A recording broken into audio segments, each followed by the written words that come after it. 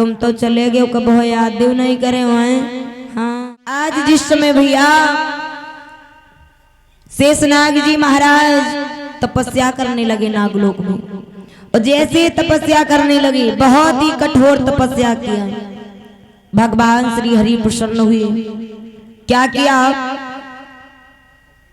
तुरंत ही दूतों को भेजा और शेषनाग जी को बुला लिया।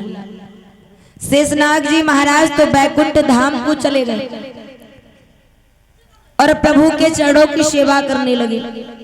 इधर नागिनी अकेली रह गई। शेषनाग जी महाराज बैकुंठ धाम को गए, नागिनी अकेली है। धीरे धीरे कुछ समय बीता। जिस समय सावन का महीना लगा, अब तो भैया जितनी भी सखियां थी सभी तो अपने अपने पतियों के साथ झूला झूल रही हैं, और सावन के महीने में ज्यादातर झूला। जिस समय सावन का महीना आया, अरे भैया सभी सखियां अपने अपने पतियों के साथ झूला झूल रही, लेकिन नागिनी अकेली रह रही है, सोच रही है क्या करें। तब तक एक संबर नाम का नाग जो था, आज घूमने टहलने के लिए जैसे पहुंचा, नागलोक की तरफ आया। नागिनी से पूछने लगा कि शेषनाग जी महाराज नहीं है क्या? कहा वो तो नहीं है, वो तो बैकुंठ धाम गए हुए हैं। कितनी देर में आएंगे? बोली ये तो पता नहीं, काफी समय हो चुका है पर अभी तक नहीं आए, शायद अब आने वाले हैं, इंतजार कर लो। सोचने लगा काफी दूर से आया हूं, क्यों ना थोड़ी देर रुक जाऊं। अब तो रुक गया। संबर नाम का जो नाग था बड़ा ही दुष्ट था। नागिनी से दो चार बातें हुई, अगले दिन और ज्यादा बातें हुई, बातें ही बातों में प्रेम हो गया। और जब प्रेम हो गया भैया अब तो नागिनी को याद भी नहीं आ रही है शेषनाग जी महाराज की।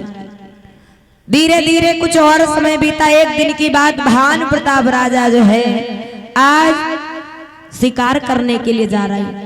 नागलोक के रास्ते से निकला, सोचने लगा लो इधर से ही निकल जाते हैं।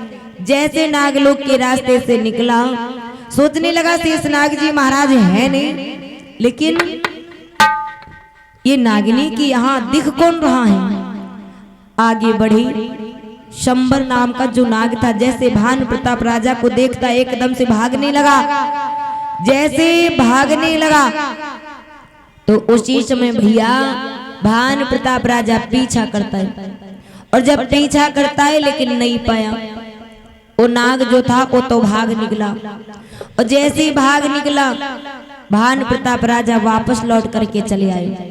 नागिनी से पूछने लगे बता ये पुरुष कौन था? नागिनी कुछ ना बोली। फिर से पूछने लगे बोलो तो ये कौन था, यहाँ पर क्या कर रहा था? नागिनी नहीं बोली। भान प्रताप राजा को क्रोध आया। भान प्रताप राजा ने क्या किया, अपना चाबुक निकाला, दो चार चाबुक, और जैसे दो चार चाबुक लगाए, कहने लगे आ जाने दो तुम्हारे पति को, शेषनाग जी महाराज को मैं एक एक बात बताऊंगा। अब तो भैया भान प्रताप राजा तो चला गया वहां से, और इधर जो नागिनी थी वो रो रही, सोच रही अब तो शेषनाग जी महाराज आएंगी तो ये एक एक बात बताएंगे। अगर इन्होंने सारी बातें बता दी तो मैं क्या करूंगी, क्या होगा। तब तक शेषनाग जी महाराज भी आ गए, और जैसे शेषनाग जी महाराज आए, नागिनी को रोता हुआ देखा, पूछने लगी क्या बात है? अरे मैं नहीं था तो यहाँ पर कौन आया, क्या कारण है? नागिनी कहने लगी तुम का ऐसे अम्मा हो रही हैं, पति महाराज बाहर चले जाएं। तो कहे जब दो चार दिन के बाद कहसिया में तो अम्मा हो रही का कहें, तुम का तुम तो चले गए, फोन नहीं करे कि बात कर ली तनुक से नु। नागिनी कहने लगी तुमको क्या, तुम तो चले गए।